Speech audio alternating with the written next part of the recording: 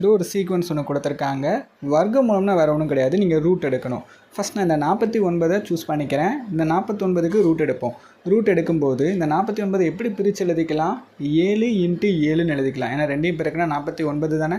ரூட்டை பொறுத்த வரைக்கும் ரூட்டுக்குள்ளே 2 ஒரே மாதிரி டேர்ம்ஸ் இருந்தால் நம்ம ஒரு டேர்மை வெளியில் எடுக்க முடியும். ஸோ நான் 7 மட்டும் வெளியில் எடுத்துக்கிறேன்.